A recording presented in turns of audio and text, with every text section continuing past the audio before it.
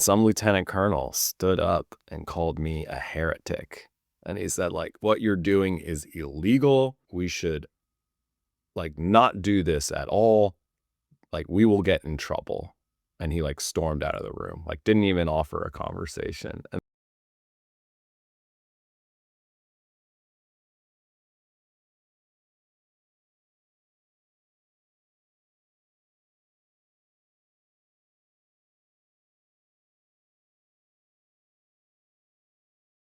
Greetings, everybody. Hi, Chris Hamm here. This is the Optimized podcast, sponsored by VisibleThread.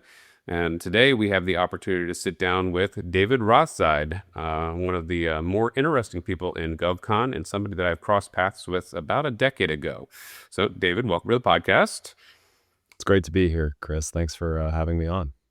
All right. So, I know when we met, but let's go a little bit earlier. I like to ask everybody just like, where'd you get your start? Like, and not a lot of people go to college for acquisition. They don't like think about majoring in it. So like what's your entry point into this world? Yeah, I definitely didn't know I was going to be an acquisition officer and spend my life around the defense procurement system. Um, my dad was a businessman though, so at least there's some sort of a thread around being on the business side of things. But joined ROTC actually fairly late in the process, maybe second semester, sophomore year. And so I didn't really understand much of anything about the military. Like at that point in my life, I could not have told you the difference between enlisted and officer, despite having watched Band of Brothers many times between when it came out and that time in my life. But when I went to field training, the captain, the field training officer in charge of my flight, she was a contracting officer. And despite my best attempts to almost get kicked out of field training because I was just like not good, um, I really learned a lot from her about the career field inside of acquisition community, especially when she talked about the types of deals she was working on from a weapon system standpoint. But the other interesting part about field training, especially for someone who had no immersion in the military space, is you get to hear from every career field. And it was probably, when I joined, I thought like, I have good eyesight, I'm athletic, I'm smart enough, I should be a fighter pilot, right? That's what like everybody does when they join the Air Force. But then you kind of learn about the wide variety of different jobs and roles, and you get to hear about people's day to day, week to week, month to month. And it was around that time that the acquisition community probably spoke to me more than others. And again, I was an econ major in college, so it just made sense. And so when I came time for my dream sheet, I put acquisition and contracting at the top of my list. I was fortunate enough to get acquisition, although I don't think that many people choose it coming out of out of college, right? I think more people want to do something more operational. And we can talk about whether or not maybe we should do that first. But that was kind of the career path that chose me. And I had a bunch of different assignments, all of which eventually led me to Defense Innovation Unit, which is where we met while you were the head of FedSim. And I think that was like, what, 2016, 2017, right in that time frame. And now lucky enough to be at Shield Capital as a venture capitalist, building off a lot of the work that we had done at Defense Innovation Unit, which I'm sure we'll get into a little bit later in the episode. All right, so let's talk about the time at DIUX or then DIU. So when the announcement came out that DoD was going to go to Silicon Valley, was going to like actually convince that world that suddenly it was going to be interesting. Did you like you're not in yet? Like this isn't your assignment yet. Did you hear about it? Did you know, or were you excited about it? Or do you think like, oh, this isn't going to work? Well, this might be actually like some TMI, but I learned about DIUX through a podcast, the A16Z podcast, in fact, that I've been listening to. It was sent to me by my ex-girlfriend, said, hey, she was living in San Francisco and I was out at Hanscom Air Force Base in Boston, Massachusetts. And she's like, this is weird. The military coming to Silicon Valley where there was no presence. What do you think of this? And I listened to the podcast, and I'd been following Secretary Carter for a while because he had been the head acquisition guy before being DepSecDef and then Secretary of Defense. So he was somebody kind of like that we revered and I knew about despite being, a pretty junior officer at the time. And I didn't really think too much of it. But then a couple months later, a buddy of mine who had been part of the landing party approached me and said, "Hey, you really ought to get interested in Defense Innovation Unit. Like what they're trying to do lines up really nicely with the way you tend to think about acquisition." At that time, I had varying experiences in classified programs and obsolescence programs like post-milestone C sustainment type stuff. And then I had also been out to Special Operations Command and started to learn like their brand of acquisition. Uh, well, my buddy Adam Gubick told me about all this, and I summarily ignored him. I was an executive officer at that time. I was busy writing reports and doing decorations and setting up quarterly engagements for our unit. And then I guess you could fast forward a couple months later, and Adam again came to me and said, they could really use someone who actually knows acquisition at this organization. At the time, only Lauren Daly was there as somebody with an acquisition background, and they could use some support. So I went out there for a 3-week TDY in January of 2016, fell in love with the mission, came back to Hanscom, convinced my 2-star general to send me on a billet with my name on it to Defense Innovation Unit because they didn't have any active duty billets at the time. It was just reservists, civil servants, and contractors. And the active duty military that got sent there weren't necessarily asking for it. They were just sort of like told and mandated to go without a whole lot of understanding. And so I was just like, how can I get to this place after having an incredible 3-week TDY experience? And was fortunate enough to get my follow-on assignment starting in early summer of 2016, just as DIUX started their 2.0 variation, which is when Raj Shah took over the organization and we started to do things a little bit differently. So at that time, I remember in my job, there was suddenly interest in non-traditional procedures. Like everything I had done before that was an RFP, an RFQ, like ordinary Part 8, Part 16, blah, blah, blah. And suddenly, like the National Defense Authorization Act started talking about commercial solutions openings. And then there's about this thing I didn't have authority to do called an other transaction, and whether or not you could take an other transaction and turn it into production. And so suddenly there's all of this talk about new authorities and new pathways. Was that happening independent of your, the DIU, or was that just where the forces combined and you guys were like, oh, this is a window for us to do something? Yeah, I mean, so let's start with other transaction authority. So it started in 1958 with the Space Agreement Act, right? And so that authority was provided to NASA because there was an understanding even then that the acquisition system that we were under was not enabling enough flexibility to compete with the Russians, right? Because why was NASA stood up? Really in the wake of Sputnik, right? The Russians had beat us to getting something into outer space. And was our acquisition system the culprit? I don't know. But somehow Congress gave NASA this thing called other transaction. It wouldn't be until the late 90s when DARPA received other transaction authority. And then it would be promulgated into the rest of the DoD in the mid-90s, but it was completely underutilized. It was really only for basic research. Eventually, there came like the prototyping OT authority. But what happened is in the 2016 NDAA, so October of 2015, 2371, now it's been updated, so it's no longer that statute, but it was codified, so it was no longer, potentially going to be sunset.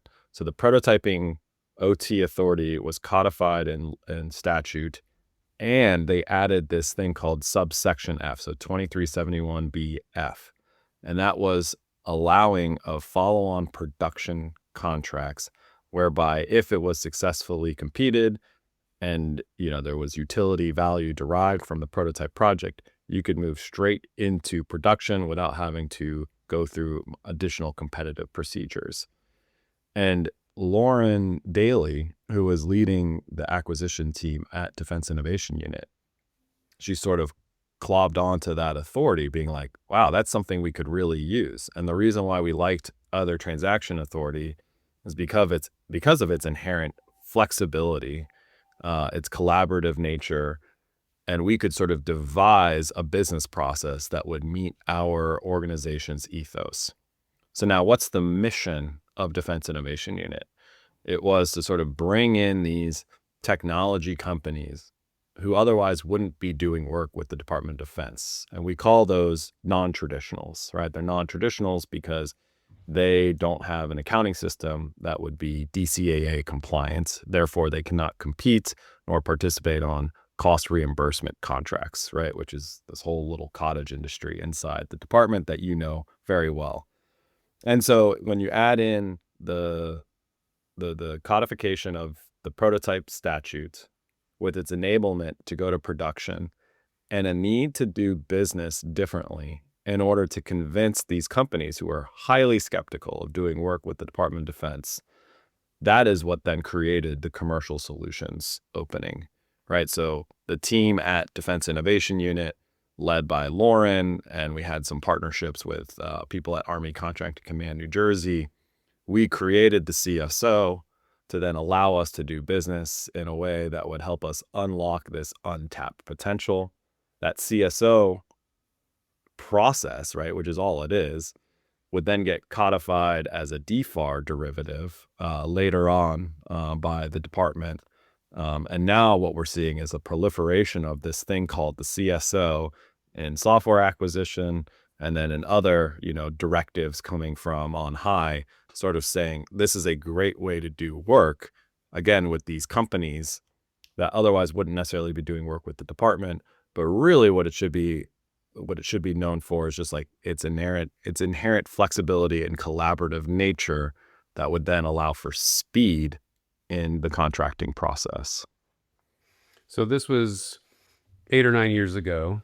There's at that time, being really early and being in the innovation space, one of the things that I used to say to my staff was, being right but being early is the same as being wrong, because as soon as you start going big, as soon as you start disrupting the natural order of things in acquisition, somebody's turf is going to be impacted. Suddenly, are these things protestable?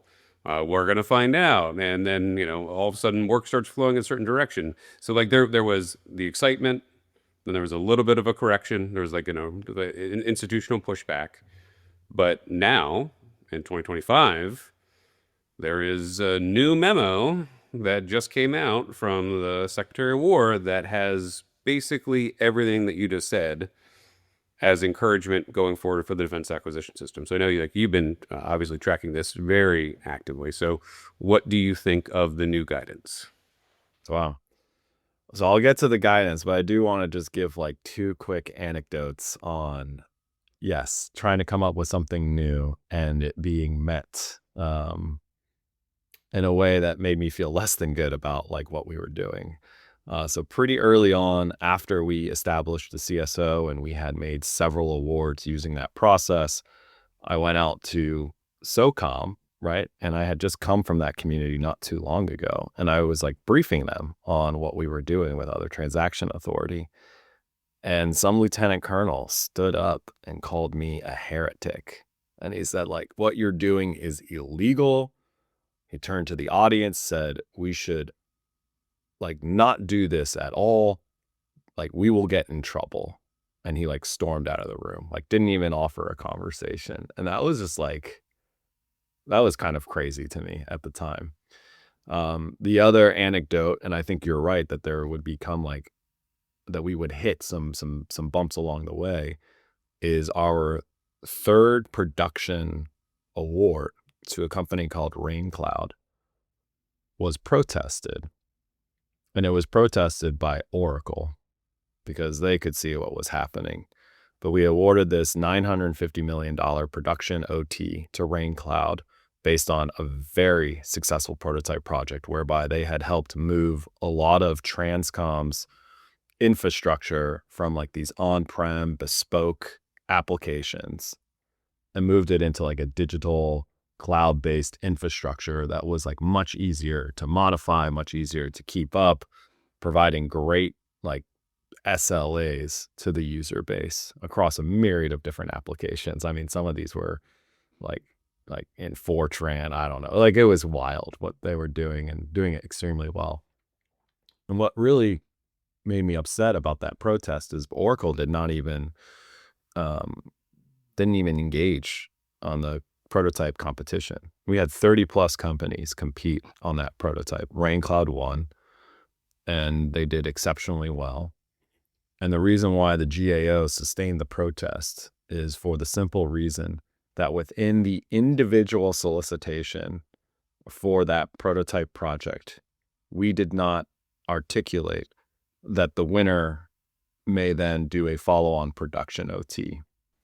In the CSO guidance, right, the overarching document under which we were competing all of these individual contracts, that said, successful prototype projects may go into production, just like the statute says. But because we didn't then like double click it, reincorporate it into the individual solicitation, the GAO felt confident that we had like broken some sort of rule that didn't exist. And so like there's these ticky-tacky things along the way. But the unfortunate reality is that protest really cooled a lot of the enthusiasm for doing it in the first place, right? We are already a very risk-averse institution in defense acquisition.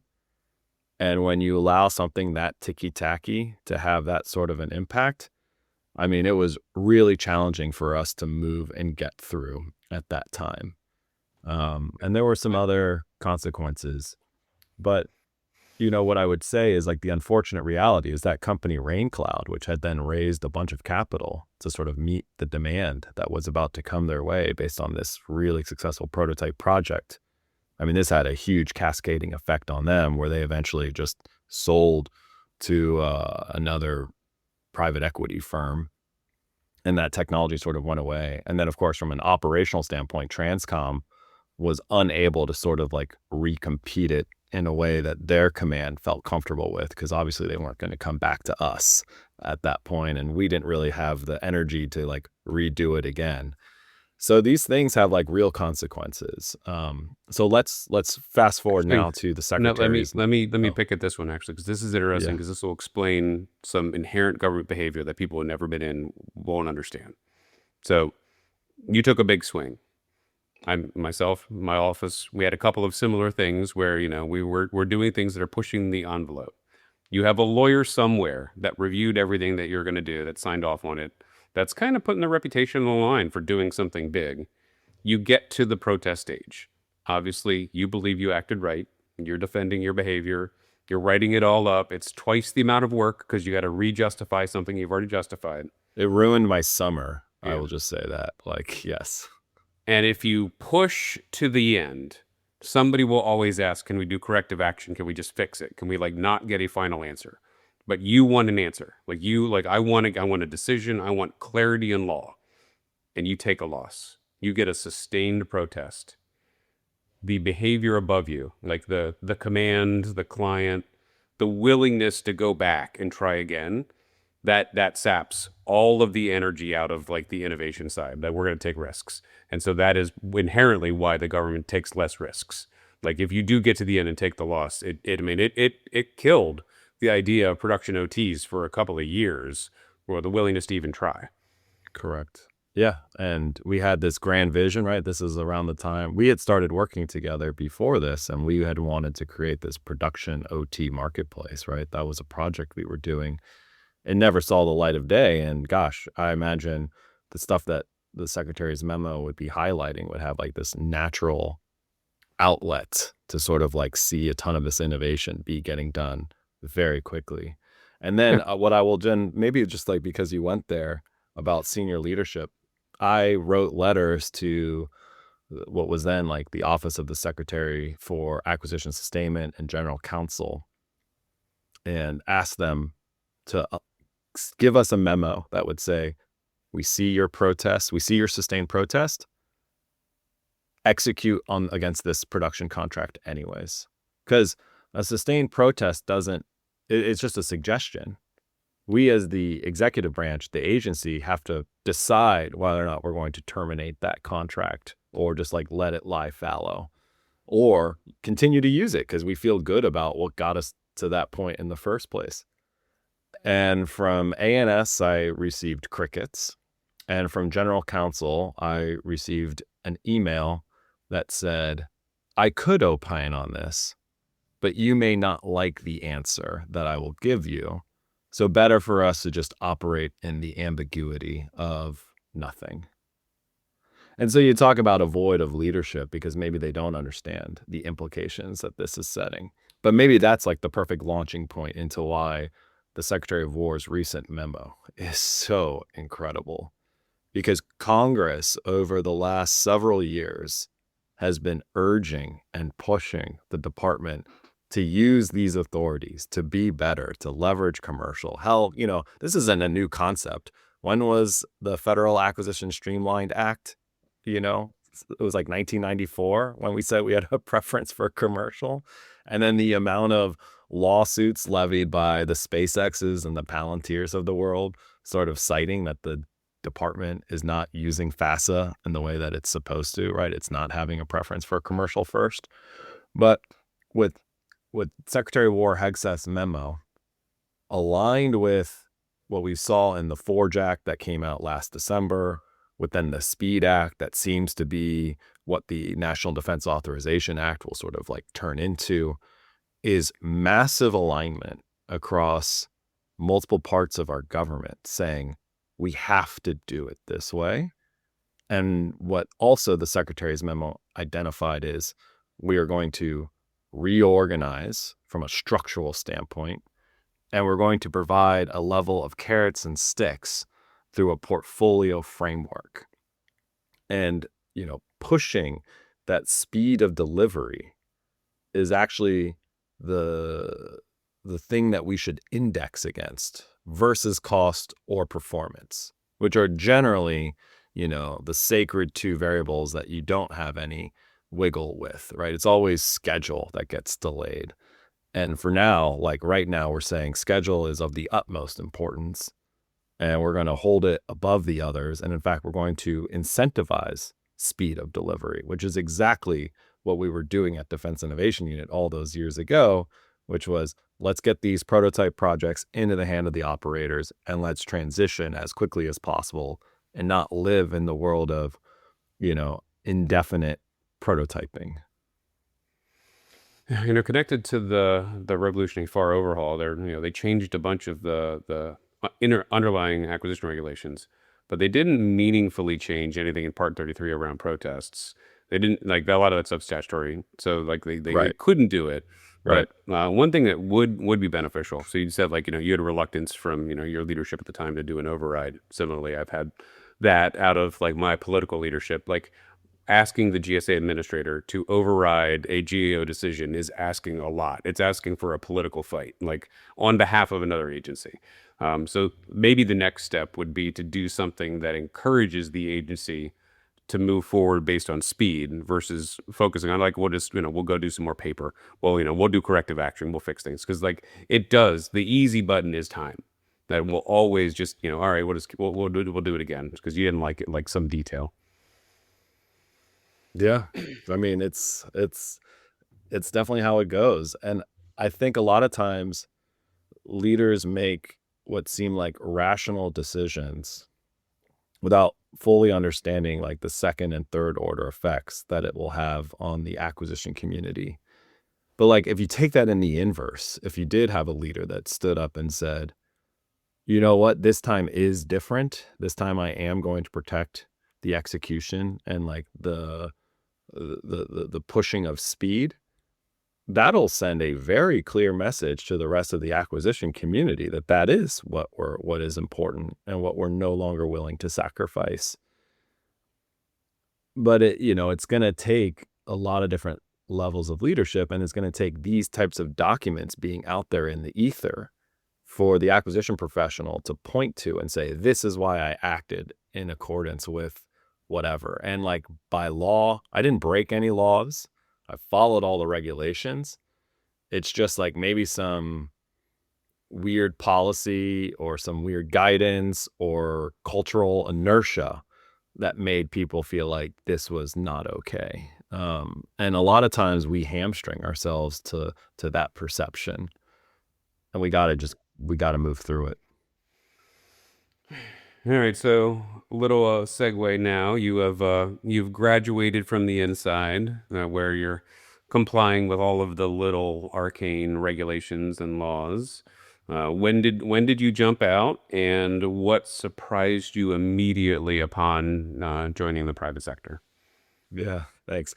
So I officially separated in the fall of 2021. So that was about the 13 and a half year mark for me being on active duty, which I will say is generally a bit later than people would flirt with getting out, right? At that point, you're so close to 20, you just got to do it, right? But for me, it was this incredible opportunity to join a team in Shield Capital that I had familiarity with, right? I had worked for Raj Shah at Shield or at Defense Innovation Unit, and what the mission that we were trying to do, which was support these early stage startups in understanding how the national security environment could be accretive to their value on their way to becoming, billion-dollar businesses.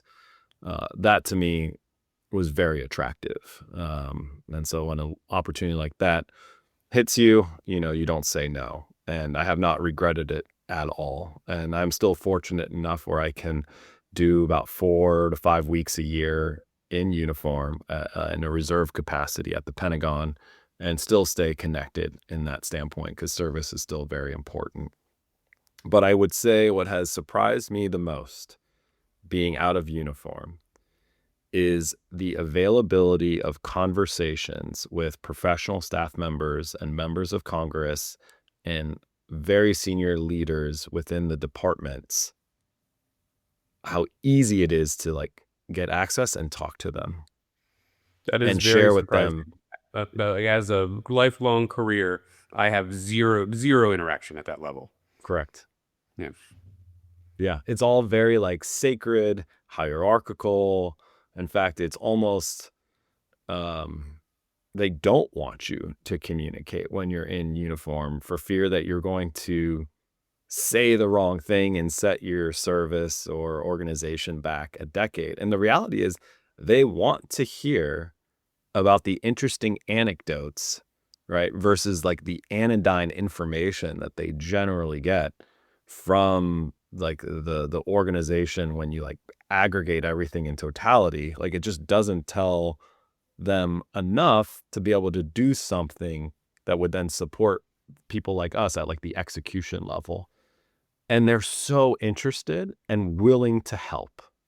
I mean, I think that has what has been so refreshing to me being on the outside now is being able to share these stories and have them like act in like meaningful, tangible ways. And maybe just like to not leave it in the abstract level. I've been very involved in this most recent SBIR sitter reauthorization, which right now that authority has lapsed. Maybe by the time this podcast comes out, something will have been done about it. But I got to engage with the Senate Small Business Committee around, what could a reauthorization look like that would actually help American startups and the national security apparatus do better. Because we just know we are losing our technological edge. And the SBIR sitter program, while small in like size, is very meaningful in signal to support entrepreneurs getting access to the national security apparatus. And so sort of the fight that we have been taking is this need to kill off these SBIR mills, right, that just sort of suffocate the system and do perpetual R&D as a lifestyle business without ever the intent of commercializing. And when you look at their arguments as for why they need to exist, it is so easy to pick apart their straw man arguments like one by one and just basically say, there's a replacement for that in the marketplace today. Like, you don't need to exist. Your entire modus operandi for living is because you're good at proposal development and you've established relationships with govies in the labs. But what you are not doing is actually supporting the warfighter or the taxpayer. And so Senator Ernst, right, through her leadership, has tried to promote this thing called the INNOVATE Act, which would make it much easier for first-time SBIR recipients to get a foot in the door. It would focus on leveraging and maximizing third-party capital that are accelerating these startups, and it would put benchmarks around commercialization. And then, of course, it would also cap the amount of money that you as a company ought to be winning under these government grant programs. Because, why should you be able to have grant money in perpetuity? It's sort of like saying, you once upon a time got a welfare check, so for the rest of your life, you should always get a welfare check, and we should never try to help you get out of the need of welfare. It's just it's asinine, honestly. But I guess being on the outside and being able to highlight all of these stories and like how these companies are providing really meaningful capability, especially these venture-backed ones, and why the SBIR program is so important for them getting sort of a head start into the system. I mean, they've been very receptive to it. So yeah, it's been really cool. All right, so let me turn the direction then towards on the Shield Capital on the VC side, your interaction with the companies. Are you a government translator for them? Or like, this is what this means? This is like, are you explaining, or are you talking about like the capability gaps that they need to be focused on that are particular to, the Department of War? So I would say the capability gaps helps shape the investment thesis for the types of companies that we would be interested in investing in. Because while we would love for the department to evolve the way it thinks about what it needs, which it is doing, right? We just got rid of the JSIDS process, and something new will come in its place. So this idea of like crystal ball foresight of system acquisition, and if the department didn't dream it up, right, that technology would never exist, right? Like, we are moving away from that paradigm into one that is trying to be more opportunistic and flexible with the state of the art and what technology is just happening to be built specifically, outside with these like commercial companies. But, realistically speaking, what I spend a lot of my time doing for the companies that we do invest in is, yes, helping them understand the government marketplace, making sure that they are bringing on the right partners and teammates and W-2 employees that have the ability to scale their business inside the national security. In certain cases, investments that we make, we'll tell them, don't start with the DoD or DOW, right? Actually, go just focus on the commercial side for now. And when you're a little bit better established, you have a little bit more flexibility, we can hire the right team, then we'll go, attack the national security marketplace and have it be an accretive part of your business.